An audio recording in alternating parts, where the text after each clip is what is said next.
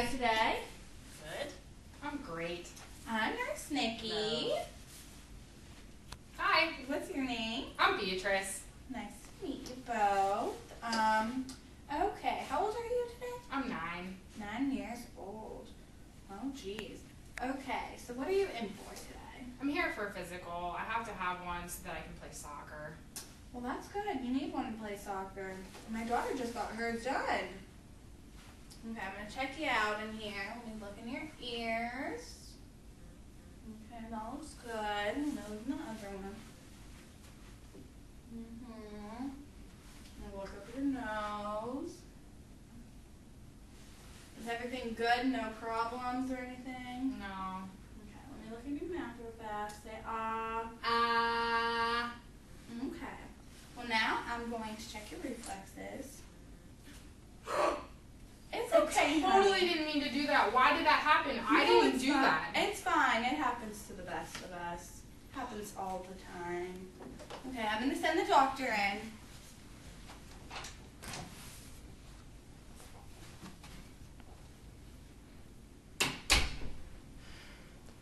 Two hours later.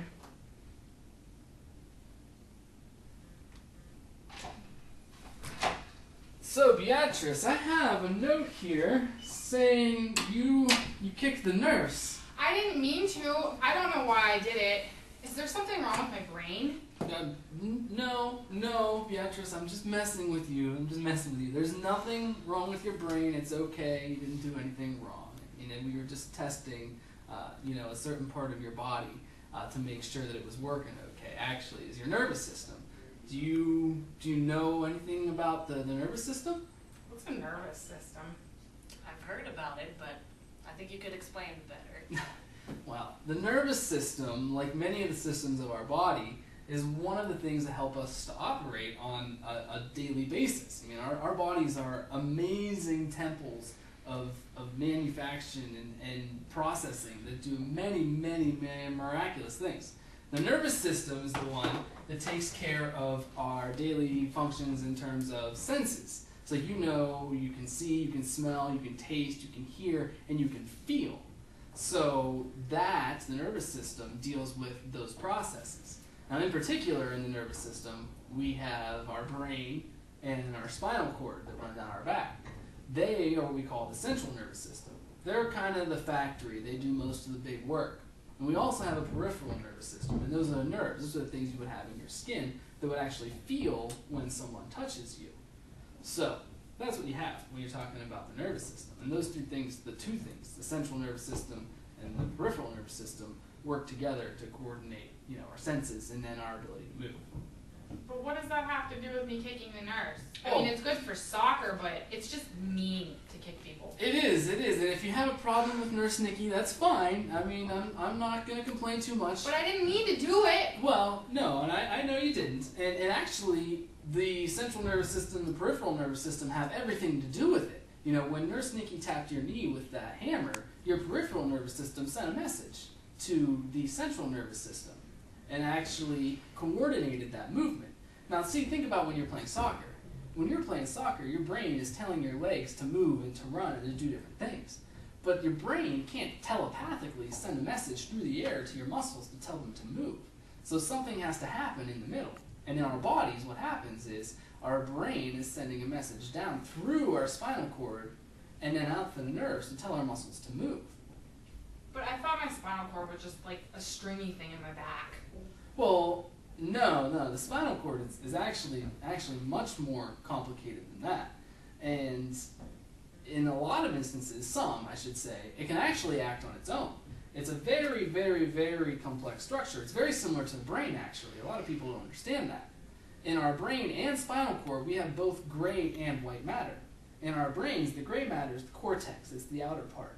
And that's where we actually get a lot of the unique abilities we have as humans. Our planning, our talking, and everything like that comes from the gray matter. In the spinal cord, you can see this H shape in the middle is that gray matter. So no, your spinal cord is not just like a string. And we have white matter on the outside here. So really, you should think of your spinal cord as a little unique mini inverted brain that's just really, really long. Now we have here this picture of the spinal cord, which I so conveniently have posted on my wall all the time. And you're seeing it here, like if I were to and cut you right in half, Beatrice, because you're not sitting still. And if I were to just flop you right in half and take off the top half and look down on top of your spinal cord, this is what we'd see, obviously blown up because your spinal cord's not bigger than that, or isn't that big. It's really just barely bigger than this pencil. But in any case, you're looking at this side of the spinal cord, the back side, we refer to as the dorsal side of your spinal cord. Dorsal, that sounds like a dolphin.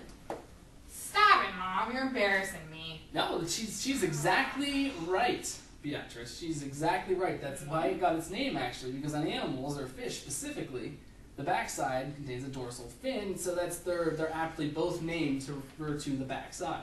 And the front side, we have ventral. And the ventral side is like our belly. Now, the funny thing is, those two sides actually coordinate with the nervous system. And I told you earlier, the nervous system has to do with two things. The first one is the feeling of senses, and the second one is the sending of signals to tell our body to do something. The ventral side, the front half, has to do with the efferent movement of pathways. Efferent, what does that mean? Well, the efferent is, more simply put, motor.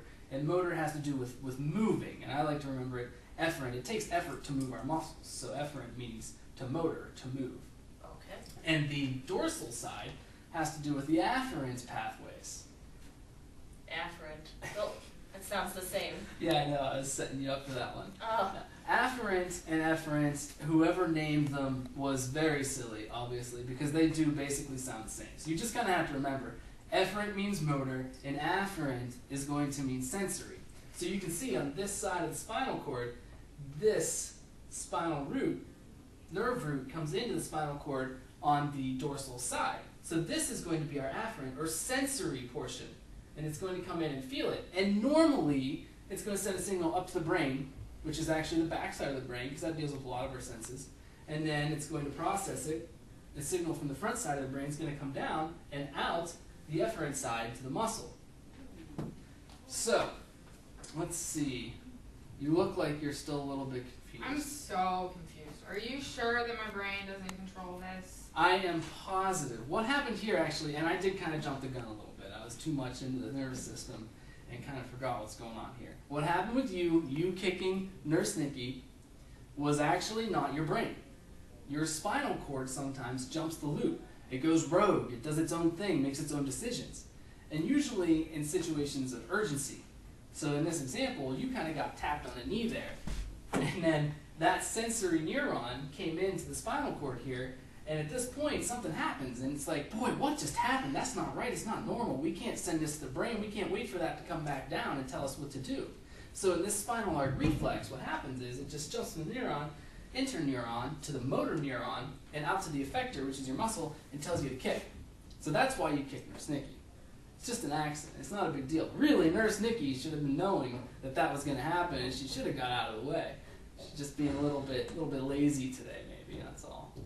Is there any way that you could explain it a different way? It's a lot to Right, process. it It is, No. and no, it is. I mean, the don't spinal cord, understand. the spinal cord isn't just a string. It's a complex structure. You know, it's not that simple. Maybe you're more of a kinesthetic kind of learner, maybe a visual learner. So we'll, I think we can do something. Let's try Nurse Nikki. Why don't you come back in here? Yes, doctor? Oh, that was excellent. Really fast. I knew I made a good choice when I brought you on. All right, Nurse Nikki, we're going to have you stand right here in the middle. We're going to try and help Beatrice get this figured out. Okay. We're doing the spinal arc reflex Mm-hmm. from when she kicked you on accident, at least I hope. Yeah, it was an I'm accident. sorry. It's okay. I hope so. Well, we're short one person here, so we're actually going to have you play two roles. The first role you're going to play is that of a receptor. So like on the skin level, like the thing that's going to feel the sensation. Then we're going to have your mother play one of the roles she was very confused about earlier. She's going to be the afferent pathway, which has to do with what? Sensory? Yeah, it's going to have to do with senses. So you're going to play the role of our sensory neuron. And you're going to interact with Nurse Nikki, who is housed in this spinal cord. And you are going to be what, Nurse Nikki? The interneuron. She's going to be the interneuron, who Sounds will fancy. interact very quickly with me, who is the motor neuron, and I will come back out to the surface. And then you're going to change roles, you're going to become the muscle. And I'm going to tell you to do something. So let's pretend, hey Nurse, let me see this here. Okay. Let's pretend we put our nice little hammer in a fire here, and it's real hot. You're going to be the receptor on a finger, and you're going to touch this hammer.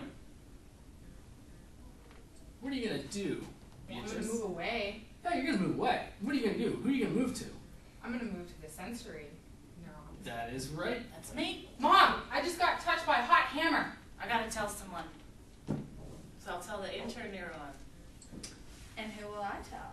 You are the interneuron, and this is another of those situations. Something crazy's going on, right, Nurse Nikki? Yep. This isn't a normal touch and feel. This isn't okay. Do we want to involve the brain in this one? I think so. No, we don't want to involve the brain, Nurse Nikki. We wouldn't react fast enough. Yeah, exactly right. Right. Look at- Mom's learning stuff. She's got it. Yeah. Good job, Mom. Well, clap for Who do Mom. I need to tell?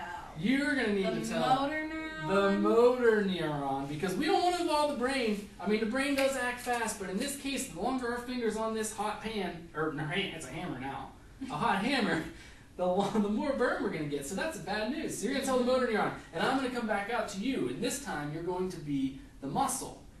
And what are you going to do when we complete this cycle, the spinal arc reflex, back to the muscle? What are you going to do? I'm gonna jump away. That's right, you're Yeah. going to jump away. Good And- job. And our brain is actually going to eventually feel that we experienced that pain. But your brain wasn't involved in moving your finger. It could not stop that process. It just happens instantly through the spinal cord. Mm-hmm. So, Beatrice, what do you think? I think I get it now. Does this mean that I passed the physical? You know, I think we did enough talking, enough understanding, and you kicking Nurse Nikki, I think you're pretty healthy enough to play soccer. I think you'll be okay. Excellent. Wait, Beatrice. Nice, man. Good job. I think they're I nice. know. They are very